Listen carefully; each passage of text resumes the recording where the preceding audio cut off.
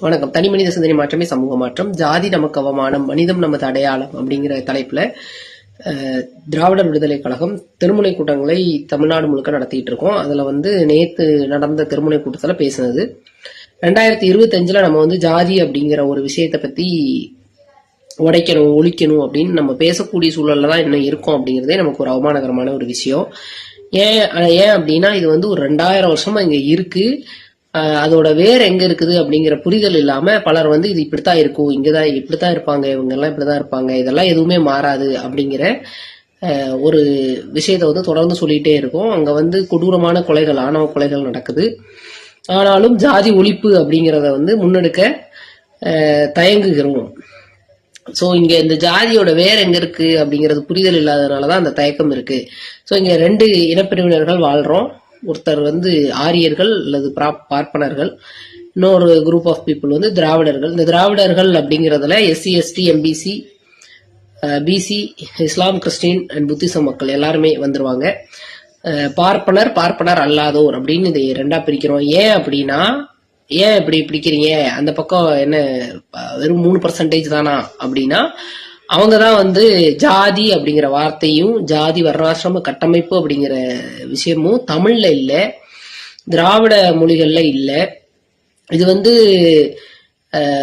கீழடி, ஆதிச்சநல்லூர் அங்க பண்ண தொல்லியல் அகழ்வாராய்ச்சி முடிவுகள்லையும் எங்கேயுமே ஜாதிங்கிற விஷயமோ இல்ல கடவுள் கூட இல்லை இதுவரை. சோ அந்த மாதிரி எதுவுமே இல்லை, அங்கெல்லாம் இல்லாததுனால இது ஆரியர்கள் கொண்டு வந்த ஒரு விஷயமா இருக்கு.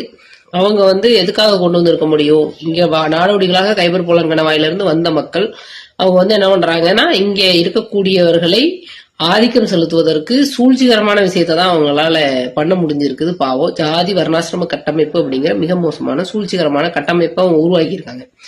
சோ இந்த வெள்ளையா இருக்கிறவங்க ரொம்ப நல்லவங்க, அவங்க இந்த திட்டமிட்டு இதை உருவாக்கி இருக்கிறாங்க. சோ இந்த ஜாதி எல்லா குடும்பத்திலயும் இருக்கு, பார்ப்பனர்கள்ட்ட மட்டும் இப்ப இல்லை. 2000 வருஷமா இருக்கு. இது ஊடுருவி தமிழ் குடும்பங்கள்ல எல்லா குடும்பங்கள்லயுமே இருக்கு. நீங்க தமிழர் அப்படின்னாலே நீங்க என்ன ஆளுங்க அப்படின்னு கேட்கக்கூடிய கேவலமான சூழல்ல நம்ம வாழ்ந்துட்டு இருக்கோம். சோ எல்லா மனிதர்களுக்குள்ளேயும் இப்ப ஜாதியோட தான் அவங்க வாழ்ந்துட்டு இருக்காங்க. Caste is state of mind அப்படின்னா எல்லா மனிதர்களுக்குள்ளேயும் அவங்க மென்டல் ஸ்டேட்டஸ்ல காஸ்ட் இருக்கு. சோ ஜாதி ஒழியணும்னா நம்ம மூளையில இருக்கிற காஸ்ட் சிஸ்டத்தை நம்ம ஜாதிப்படி என்னெல்லாம் பண்றோமோ அதையெல்லாம் மாத்தணும். அதுதான் அதுக்கு சொல்யூஷன். சோ இப்போ ஜாதி உணர்வை நம்ம மூளையில இருந்து எடுக்கணும், ஒவ்வொருத்தரும் எடுக்கணும். அதுதான் ஜாதி ஒழிப்புக்கான துவக்க வழி. சரி, ஓகே. இப்போ இந்த ஜாதி ஒழிப்புக்கான துவக்க வழிக்கு இந்த திராவிடர்கள்லாம் ஏன் வரமாட்டேங்கிறாங்க அப்படின்னா, பார்ப்பனர், பார்ப்பனர் அல்லாதோர் அப்படின்னு 2 பிரிவுகளாத்தான் பெரியார் காலத்துல, முன்னாடி நீதி கட்சி எல்லாம் வரும்போது பார்ப்பனர், பார்ப்பனர் அல்லாதோர் திரட்சி அப்படின்னு தான் இருந்திருக்கு போராட்டங்கள் எல்லாமே. சோ பார்ப்பனர் அல்லாதோர் திரட்சின்னு வரும்போது எல்லாரும் ஒருங்கிணைஞ்சு இருப்பாங்க. சோ எல்லாருமே சேர்ந்து ஜாதியை ஒழிக்க வேலை பார்த்தாங்க. இன்னைக்கு எப்படி ஆயிடுச்சுன்னா, எல்லா ஜாதி ஒழிப்பு அப்படிங்கறத யார் முன்னெடுக்கிறாங்களோ அவங்க எந்த ஜாதி முன்னெடுக்குதுங்கிறத முன்னிலைப்படுத்தி அங்கேயும் ஜாதி இருக்கு. சோ அதனால அதுல தொய்வு வரதா நம்ம பாக்குறோம். அடுத்து பெரியாரிஸ்டுகள் தான் ஜாதி ஜாதின்னு பேசுறாங்க. இப்பவும் நாங்கெல்லாம் எவ்வளவு பேர் இருக்கோம், நாங்க யாருமே ஜாதின்னு பேசுறதே இல்லை அப்படின்னு சொல்லுவாங்க. சோ எல்லாருமே செக்ஸ் பண்றாங்க இல்லையா, எல்லாருமே செக்ஸ் பண்றாங்க. ஆனா செக்ஸ் பத்தி யாருமே வெளியில பேச மாட்டாங்க. வெளியில பேசுவது அபத்தம் அப்படின்ற அது ஒரு சீக்ரெட்டான ஒரு விஷயமா இந்தியா அதை பாக்குது. அதே மாதிரிதான் ஜாதியையும் சீக்ரெட்டா அவங்க எல்லா இடத்துலயுமே பின்பற்றுவாங்க. எல்லா அதிகார மட்டத்திலையும், எல்லா குடும்பங்கள்லயும், எல்லா இடங்கள்லயுமே ஜாதி இல்லாத, காத்து இல்லாத இடம் கூட எங்கேயாவது இருக்கும்னு நினைக்கிறேன். ஆனா ஜாதி இல்லாத இடமே கிடையாது. சோ அது பேச மாட்டாங்க.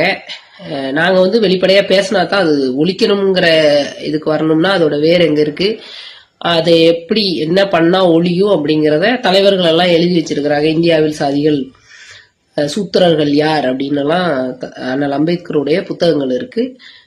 சோ அதெல்லாம் படிச்சு அதுக்கு என்ன பண்ணலாம் அப்படின்னு யோசிக்கிறதுனால முற்போக்காளர்கள்லாம் ஜாதி ஒழிப்பு அப்படிங்கறத முன்னெடுத்து பேசுறாங்க. பெரியாரிஸ்டுகள் குறிப்பாக பேசுறாங்க. இந்த ஜாதி ஒழிப்பு பேசுறவங்களே பல வகை ஆயிட்டாங்க. இப்போ பார்ப்பனர், பார்ப்பனர் அல்லாதோர் திரட்சிங்கிறது மாதிரி பிசியில ஒரு சில ஜாதி ஒழிப்பு, ஒரு குரூப் ஆஃப் பீப்புள் ஜாதி ஒழிப்பு பேசுவாங்க. இப்ப அமைப்புக்குள்ளேயே, இயக்க கட்டமைப்புக்குள்ளேயே ஜாதியா பிரிஞ்சிருக்கிறத, ஜாதியா சேர்ந்து இருக்கிறத வந்து நீங்க பார்க்க முடியும். என்ன என்ன இங்க கான்ட்ரவர்சி போய்கிட்டே இருக்கு எப்போ அப்படின்னு பாத்தீங்கன்னா, அங்க வந்து ஜாதி திரட்சி இருக்கிறத நம்ம பார்க்க முடியும். இப்ப தலித் அமைப்புகள்லயுமே பேச ஜாதி ஒழிப்பை இந்த அமைப்பு முன்னிலைப்படுத்துது, இந்த ஜாதியை சார்ந்த அமைப்பு முன்னிலைப்படுத்துது அப்படிங்கிற போக்கு வந்து இருக்கு. ஸோ அதை வந்து நம்ம பார்த்துருக்கோம். ஸோ அது கண்டனத்துக்குரியது, அது மாறணும். பார்ப்பனர் அல்லாத ஒரு திரட்சி அப்படிங்கிறது தான் வந்து வெற்றியை நோக்கிய வழி. அப்ப ஜாதியை உருவாக்குனது இந்த இப்ப நாங்கெல்லாம் பேசுறாங்க, ஜாதி ஒழிப்பு பேசுற யாரும் ஜாதியை உருவாக்குனவங்க கிடையாது. ஜாதியை கொண்டாடுற ஆண்ட பரம்பரைக்காரங்க யாரும் ஜாதியை உருவாக்குனவங்க கிடையாது. ஸோ ஆனா இவங்க பார்ப்பனர்கள் உருவாக்கின அந்த ஜாதியை வளர்த்தது எது அப்படின்னா, இந்த பார்ப்பனர் அல்லாத ஆண்ட பரம்பரை அப்படிங்கிறவங்களுடைய சுயசாதி பெருமைகள். எல்லாத்துலயுமே அந்த சாதி அப்படிங்கிற ஜாதிங்கிற விஷயத்துக்குள்ள சுயசாதி பெருமைகள் பேசுறது மூலமா அந்த ஜாதி வந்து ஜாதி கட்டமைப்பு வந்து பாதுகாக்கப்பட்டுட்டே இருக்கு. அது மட்டும் இல்ல, உலகமெல்லாம் பெண்கள் வந்து ஆணுக்கு அடிமையா இருக்கிறாங்க, 2ஆம் பாலினம் அப்படிங்கிற ஒரு இது மட்டும்தான் போயிட்டே இருக்கு. ஆனா இங்க வந்து பெண் வந்து ஜாதிக்கு அடிமை, மதத்துக்கு அடிமை, ஆணாதிக்கத்துக்கும் அடிமை. பெண் மூலமா தான் எல்லா இடத்துலயுமே அடிமைத்துவம் வந்து வளர்க்கப்பட்டு இருக்கு. அதே மாதிரி இங்கேயும் வந்து ஜாதிய கட்டமைப்பை வளர்க்கக்கூடிய ஒரு டூலா பெண்களை தான் பயன்படுத்துறாங்க. பெண் உடல் தான் பயன்படுத்தப்படுது. பெண் உடலுக்காக தான். பெண் வந்து காதலிச்சா கொலை பண்றாங்க இல்லையா? பெண் வந்து ஒரு பட்டியலின பையனை, பிசி பொண்ணு வந்து காதலிச்சிட்டாங்கன்னா அந்த பெண்ணை கொல்றாங்க. எதுக்காக கொல்றாங்கன்னா, அந்த தாழ்த்தப்பட்ட இனத்தை சார்ந்த அந்த கரு வந்து இங்க வளரக்கூடாது அப்படிங்கிறாங்க, அப்படின்னு நினைக்கிறாங்க. அப்போ இதுதான் டீப்பான உள்ள உண்மை. ஆனா மேலோட்டமா பேசுறது வந்து, நான் அப்படி வளர்த்தனேன் இப்படி வளர்த்தனேன், நான் எங்க வீட்டு குலசாமி அப்படின்னு எல்லாம் பேசுவாங்க. ஸோ அவங்க யாரு அப்படின்னு இழிவா பேசுறது, இது எல்லாமே வந்து இதுக்கு எல்லாம் பின்னாடி இருக்கிறது வந்து பெண் உடல், பெண் கருப்பை வந்து அந்த ஜாதிக்கு தான் சொந்தம் அப்படிங்கிறது தான். அவளுடைய உணர்வுகளுக்கு அல்ல, அவளுக்கான ஒரு இயற்கையா ஒரு ஆணும் பெண்ணும் புரிஞ்சு அவங்க ஏற்படுத்துற அந்த உறவுக்கு இங்கே கொடுக்கப்படக்கூடிய மதிப்பை விட பெண்ணுடைய கருப்பை அந்த சுயசாதி கருவை வளர்ப்பதற்கு மட்டும் அப்படிங்கிற ஒரு கொள்கையைத்தான் வந்து ஜாதி அமைப்புகள் பின்பற்றுறாங்க. அதை பின்பற்றக்கூடிய ஜாதி அமைப்புகளை, அதை சார்ந்தவங்களை சூத்திரர்கள் அப்படின்னு வர்ணாசிரம கட்டமைப்பு வரையறுக்குது. சூத்திரர்கள்னா மிக கேவலமான ஒரு சொல்லாடல். அது வந்து பலருக்கு தெரியுறது இல்ல இன்னைக்கு வந்து அதை இல்ல மறுக்கிறாங்க. அதை மட்டும் மறுத்துட்டு ஜாதி வச்சுக்கிறாங்க. நாங்க சூத்திரர்கள் இல்ல அப்படிங்கிறத மறுத்துட்டு அவங்க வந்து அவங்களுடைய ஜாதி பெருமையை வச்சுக்க தயாரா இருக்காங்க. ஸோ அதனால அந்த கட்டமைப்பு வந்து தளர்ச்சிக்கு வந்து காலதாமதம் ஆகுது. ஜாதி அதுவாவே இங்க இருக்கு. அதை யார் வளர்க்குறாங்க? நாங்கெல்லாம் வளர்க்கறது இல்ல, எல்லாரும் பின்பற்றுறாங்க, அது அப்படியே வளர்ந்துட்டே இருக்கு அப்படின்னு சொல்றாங்க இல்லையா? ஸோ ஆனா பெண்ணை வந்து ஜாதி ஒழிப்பு, மத மறுப்பு அப்படின்னு பேசக்கூடிய பெண்கள் நாங்க எல்லாம் இருக்கோம். அரசியல் பெண்கள் எல்லாம் இருக்காங்க. அவங்க எல்லார்கிட்டையும் கேளுங்க, அவங்க எல்லாருக்கு பின்னாடியும் அவங்களை வந்து உடல் ரீதியா, ஒழுக்கம் ரீதியா, கற்பு ரீதியா, குடும்ப குலவிளக்கா இல்ல அந்த பொண்ணுங்க அப்படின்னு அந்த குடும்பங்களே புறக்கணிக்கக்கூடிய சூழல் இருக்கும். அந்த பெண் வந்து வேற எதுவும் பேசியிருக்க வேண்டியதில்லை, ஜாதி ஒழிப்பு மத மறுப்புன்னு பேசினாலே போதும். பேசினால் அந்த பெண் பேசுவது அரசியல் அப்படிம்பாங்க. ஸோ படித்த பெண்கள் எப்படி ஜாதியை வளர்க்க முடியும்? ஜாதி ஒழிப்பு தான் பேச முடியும், ஜாதி ஒழிப்பு தான் பேச முடியும், மத மறுப்பு தான் பேச முடியும். அதுக்காக எப்படி அந்த பெண்ணுடைய உடலையோ கற்பையோ, கற்பு எல்லாமே இந்த ஜாதி சிஸ்டத்தினால வந்ததுதான். குடும்ப குலவிளக்கு இல்லை அப்படின்னும் அந்த போற்றிக்கிட்டு இருக்க, கொண்டாடிக்கிட்டு இருக்க குடும்பங்களே வந்து வெளியில அனுப்பின கதையெல்லாம் நிறைய நாங்க பார்த்துருக்கோம். ஸோ ஜாதி வளர்ந்தது போலவே ஜாதி ஒழிப்பும் வந்து ஒரு கூட்டு முயற்சியா தான் நம்ம பண்ண முடியும். ஸோ இந்த கூட்டு முயற்சியில அரசாங்கம், அதிகாரிகள், மக்களுடைய கூட்டு முயற்சி, முற்போக்காளர்களுடைய பணி மட்டும் இது கிடையாது. ஏன் இது முற்போக்காளர்கள் பணி மட்டும் இல்ல எல்லாரோடைய பணியும் அப்படின்னு சொல்றோம் அப்படின்னா, இது யாரோ எங்கேயோ ஏதோ பண்ணிட்டு இருக்காங்க. நம்ம ஒரு பக்கம் இந்த பக்கம் ஆணவ கொலை பண்ணுவோம், நம்ம ஒரு பக்கம் ஜாதி கயிறு கட்டுவோம், நம்ம ஒரு பக்கம் யுவராஜ் கிரிமினல்னு தீர்ப்பு வந்து ஜெயில இருக்கிற ஒரு கிரிமினலுக்கு இங்க பர்த்டே போஸ்டர் ஓட்டுவோம், பிறந்த நாள் போஸ்டர் ஓட்டுவோம், பேரணி போவோம், பைக் பேரணி போவோம், இந்த மாதிரிலாம் பண்ணிட்டு இருக்காங்க. இல்ல கல்லூரியில படிக்கிறாங்க, பள்ளிகள்ல படிக்கிறாங்க, இன்னைக்கு எல்லாமே இலவசமா கிடைக்குது. படிக்கிற உரிமை வந்து மாணவர்களுக்கும் மக்களுக்குமான சொத்தா மாத்தப்பட்டிருக்கு. அப்பவும் கூட நான் போய் பைக் பேரணி எடுத்துட்டு கொலகாரனுக்காக ஜாதி பேரை சொல்லி ஊர்வலம் போவேன் அப்படிங்கிறது கோயம்புத்தூர் சிட்டிலேயே நம்ம பார்த்துட்டு இருக்கோம். ஸோ அந்த கொடூரமான சூழல் வந்து மாறணும். ஸோ அது ஜாதி ஒழிப்பு அப்படிங்கிறது கூட்டு முயற்சியா இருக்கிறதுனால இப்ப அரசாங்கம் வந்து திராவிட அரசாங்கம் தான் நமக்கு இருக்கு.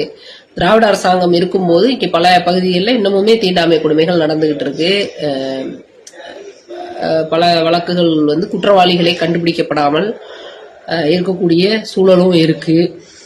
இங்க கோயம்புத்தூர்லயும் ஒவ்வொரு பல கிராமங்கள்ல வைக்கம் போராட்டம் இன்னும் முடியவில்லை அப்படிங்கிற தலைப்புல திராவிட விடுதலை கழக தோழர்கள் போய் ஆய்வு நடத்தி எங்கெங்கெல்லாம் தீண்டாமை இருக்குங்கிற டேட்டாவை போய் அதிகாரிகள் கிட்ட ஒப்படைக்கிறாங்க. அதிகாரிகள் இன்னும் அதற்கு சரியான நடவடிக்கைகள் எடுக்க முடியல. ஒரு இடத்துல அரசு பேருந்து நிக்க மாட்டேங்குது. அரசு பேருந்து அண்ணா நகர் பேருந்து நிறுத்தத்துல மட்டும் நிக்க மாட்டேங்குது. அதை வந்து போக்குவரத்து துறை பணியாளர்களாலேயோ இல்ல மாவட்ட ஆட்சித்தலைவராலேயோ இல்லைன்னா அந்த பகுதியில் இருக்கக்கூடிய திமுக பொறுப்பாளர்களாலேயோ சேர்ந்து ஒருங்கிணைந்து அதை வந்து நிறுத்த வைக்க முடியல. இதுவரை நிக்கல பஸ். இன்னமுமே வந்து அந்த மக்கள் வந்து அடுத்த கட்டமான போராட்டத்தை நோக்கி தான் நகர வேண்டியது இருக்கு. அப்போ ஜாதி ஒழிப்பு, ஜாதி இல்ல, பார்ப்பனர்கள் பார்ப்பனர் அல்லாதோர் அப்படின்னு பிரிச்சு பார்ப்பனர் அல்லாத மக்களுக்கு பிரதிநிதித்துவம் கொடுக்கணும் அப்படின்னு முயற்சி பண்ண ஆனால் அம்பேத்கருடைய சட்ட முயற்சிகள் அவர் அட்டவணைப்படுத்தி இவங்க எல்லாத்துக்கும் அதிகமான இடஒதுக்கீடு அப்படின்னு கொண்டு வந்ததுக்குள்ள பிரதிநிதித்துவம் கொடுக்கணும் கல்வியிலையோ வேலை வாய்ப்புலையோ அப்படின்னு அவர் கொண்டு வர்றாரு.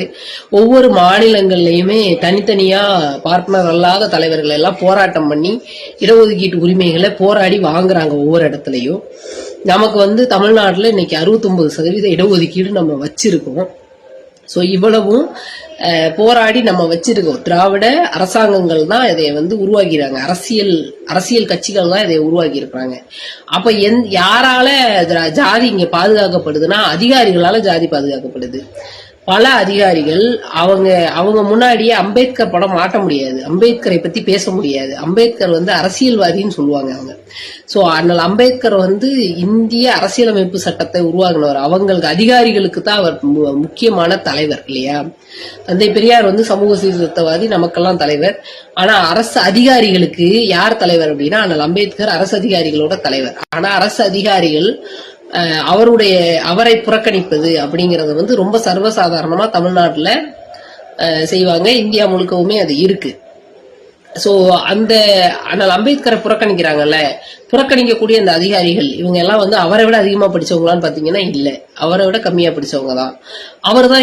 அவர் தான் இவங்க எப்படி வேலை பார்க்கணுங்கிறத கிரியேட் பண்ணி வச்சிருக்கிறாரு. அவர் ஜாதி ஒழிப்பை அடிப்படையாக வச்சுதான் எல்லாமே கிரியேட் பண்ணி இருக்கிறாரு. பிசிஆர் ஆக்ட் இவங்களுக்கு வந்து ஒழுங்கா அந்த கட்டமைப்புகளை இருக்கக்கூடிய தண்டனை சிஸ்டத்தை முறையா பயன்படுத்தி இல்ல அந்த மக்களை எஜுகேட் பண்ணி, அதிகாரிகளோட வேலை, அரசு அதிகாரிகளோட வேலை ஜாதி இல்லைன்னு மக்களை எஜுகேட் பண்றதுதான். மக்களை எஜுகேட் பண்ணி அந்த இடத்துல அரசு பேருந்து அங்க நிக்கணும். நிக்கலன்னா அதிகாரிகள் தான் பொறுப்பு. இப்ப நான் அரசியல்வாதிகள் எத்தனை பேர் இப்போ ஜாதி ஒழிப்புக்காக போராடி இருக்காங்க, இறந்துருக்காங்க, ஜெயிலுக்கு போயிருக்காங்க, எல்லாமே நடந்திருக்கு. ஆனா எந்த அதிகாரி இப்ப 75 வருஷத்துக்கு மேல ஆயிடுச்சு சுதந்திர இந்தியாவை, எந்த அதிகாரி வந்து நான் சாதி ஒழிப்பு தானே, எல்லாரும் சமம், தீண்டாமை பாவச் செயல், குற்றச்செயல் பெருங்குற்றம் அப்படின்னு தானே இருக்கு.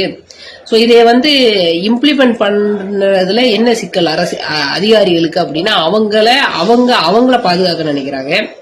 அவங்க ஜாதியை பாதுகாக்கக்கூடிய மனநிலையில இருக்காங்க. சோ இது வந்து மாறணும். அதிகாரிகளுடைய கூட்டு முயற்சி திராவிட அரசாங்கத்தோட ஒத்துழைப்பாக மாறும்போது மக்களை வந்து ஈஸியா எஜுகேட் பண்ண முடியும். அப்படியெல்லாம் ஒன்றும் மக்கள் பாஞ்செல்லாம் வந்துட மாட்டாங்க. கண்டிப்பா அரசு அதிகாரிகளும் அரசியல் அந்த பகுதி பொறுப்பாளர்களும் அரசியல் பொறுப்பாளர்களும் இது வந்து இப்படி இருக்கக்கூடாது, இது வந்து தீண்டாமை, இது சட்டப்படி குற்றச்செயல் அப்படிங்கறத எஜுகேட் பண்ணணும். எஜுகேட் அஜிடேட் ஆர்கனைஸ் தான். எஜுகேட்டே நான் பண்ண மாட்டேன், தொடர்ந்து நான் அதையவே 75 வருஷத்துக்கு அப்புறமாவும் அப்படியே நான் ஃபாலோ பண்ணிக்கிட்டே இருப்பேன். ஆனா ஒவ்வொரு தடவை தேர்தல்ல மட்டும் ஒவ்வொரு அரசியல் கட்சிகளும் ஜாதி ஒழிப்பு பேசுவோம், அதுக்காக அவங்க இம்ப்ளிமெண்ட் பண்ற திட்டங்கள் வந்து அங்க திட்டங்களாவே இருக்கு, உள்ள வந்து இப்போ நடைமுறைப்படுத்த முடியல. இப்ப ஜிடி நாயுடுன்னு போடக்கூடாதுன்னு சொல்றோம், ஜிடின்னு தான் போடணும். அவங்க குடும்பமே போடுறது இல்லை, அவங்க குடும்பமே ஜிடின்னு தான் போடுறாங்க. ஆனா அது மாறவே இல்லை, அது மாத்தவே இல்லை. ஆனா அதுக்கு முந்தின நாள் வந்து மற்ற இடங்கள்ல எல்லாமே நம்ம வந்து ஜாதி பெயரை வந்து நீக்கிறோம் அப்படிங்கிற அறிவிப்பு வருது. அப்போ ஒரே இடத்துலதான் ஒரு சட்டமும் போடப்படுது, அதை மீறுற சூழலும் அங்கேதான் இருக்கு. அதை எஜுகேட் பண்ணி மீறக்கூடாது அப்படிங்கிற லெவலுக்கு நம்ம போகும்போது ஜாதி ஒழிப்புங்கிறது மக்கள் மத்தியில மக்கள் முன்னெடுக்கக்கூடிய ஒரு விஷயமாக மாறும் அப்படின்னு தெரிவிச்சுக்கிறேன். ஸோ இதே மாதிரி ஒரு வேலையை முற்போக்காளர்கள் பண்ணாம இன்னொரு தோழர் நம்மளுடைய எங்க ஊர்க்காரர் ஒருத்தர் பண்ணியிருக்கிறாரு. அவர் வந்து அவர் படிக்கும்போது அந்த அம்பேத்கர் படம், அங்க அம்பேத்கர் படத்தை வந்து அவர் கண்ணு முன்னால எடுத்திருக்காங்க. அவர் வந்து கடவுள் பக்தர், அவர் வந்து திராவிட சித்தாந்தம் தெரிஞ்சவர் தான், ஆனா கடவுள் மறுப்பாளர் எல்லாம் கிடையாது, பெரியாரிஸ்டா வெளியில இயக்கங்களுக்குள்ள பணியாற்றக்கூடிய நபரெல்லாம் கிடையாது, அம்பேத்கரிஸ்டாகவும் எங்கேயும் வெளிப்படுத்திக் கொள்ளக்கூடிய நபரும் கிடையாது. ஆனா அவர் வந்து அன்னைக்கு அம்பேத்கர் படம் நீக்கப்பட்ட அந்த இடத்துல இருந்து அந்த அம்பேத்கர் படத்தை வைக்கணும் அப்படிங்கிற அந்த உணர்வு வந்து அவர்கிட்ட தொடர்ந்து இருந்து அவர் வந்து அதை இன்னைக்கு இப்போ சமீபத்துல அந்த இடத்துல எங்கிருந்து நீக்கப்பட்டதோ அங்க அந்த அம்பேத்கர் படத்தை வச்சுட்டு, இதனால நான் வச்சிருக்கேன், எனக்கு வந்து அந்த உணர்வு என்னை பாதிச்சுட்டே இருந்தது அப்படின்னு சொல்றாரு. அவர் வந்து இடைநிலை சாதியை சார்ந்த நபரா இருந்தார். ஸோ இது வந்து இப்படிதான் இவங்கதான் சுயசாதி மக்கள் கூட சண்டை போட்டு அங்க சாதி ஒழிப்பை நம்ம இம்ப்ளிமெண்ட் பண்ணிக்கிட்டே ஒவ்வொரு கட்டத்திலையும் இம்ப்ளிமெண்ட் பண்ணிக்கிட்டே வரும்போதுதான் சாதி ஒழிப்பு சாத்தியமாகும். எங்க தீண்டாமை இருக்குதோ, யார் தீண்டாமை செய்யறாங்களோ அவங்கள எஜுகேட் பண்ணி, ஏன்னா எல்லாரையும் கிரிமினல் குற்றவாளின்னு ஜெயில போடுறதுக்கும் உங்களால முடியாது, அவ்வளோ எல்லாரையும் சுட்டு தள்ளவும் முடியாது என்கவுண்டர்ல. ஸோ கண்டிப்பா எஜுகேட் பண்ணி சீர்திருத்தங்களை முன்னெடுக்கணுமே தவிர எஜுகேட் பண்ண மாட்டேன் அப்படின்னு சொல்லக்கூடிய அரசியல்வாதிகளும் அதிகாரிகளும் இருக்கிற வரை இது வந்து மாறுறதுக்கான டிலே, இது தாமதமாவதற்கான முக்கியமான காரணம் அதுதான். பெரியாரும் அம்பேத்கரும் எல்லாம் தளர்த்திட்டாங்க, ஜாதி இறுக்கமெல்லாம் தளர்த்தப்பட்டிருக்குதான். அப்படியெல்லாம் அவர் வந்து கலப்பு திருமணங்கள் நிறைய பண்ணி வச்சிருக்கிறாரு. ஸோ அவர் பண்ண சீர்திருத்த திருமணங்கள்லாம் இன்னைக்கு படிக்கும் போதும் நமக்கே பிரமிப்பா இருக்கு. இப்ப இப்படிலாம் கல்யாணம் பண்ணி வச்சிருக்கிறாரா இவர் அப்படின்னு, 100 வருஷத்துக்கு முன்னாடி இப்படிலாம் கல்யாணம் பண்ணி வச்சிருக்கிறாரா அப்படின்னு நமக்கு தோணும். அந்த அளவுக்கு பல சீர்திருத்த திருமணங்களை நடத்தி இருக்கிறாரு. ஆனா அந்த தளர்ச்சியை வந்து ஏன் தொடர்ந்து ஒழிப்பு அப்படிங்கிற வட்டத்துக்குள்ள கொண்டு போக முடியலன்னா இங்க இருக்கிற தொய்வு தான் காரணம் அப்படின்னு நான் நினைக்கிறேன். நன்றி, வணக்கம்.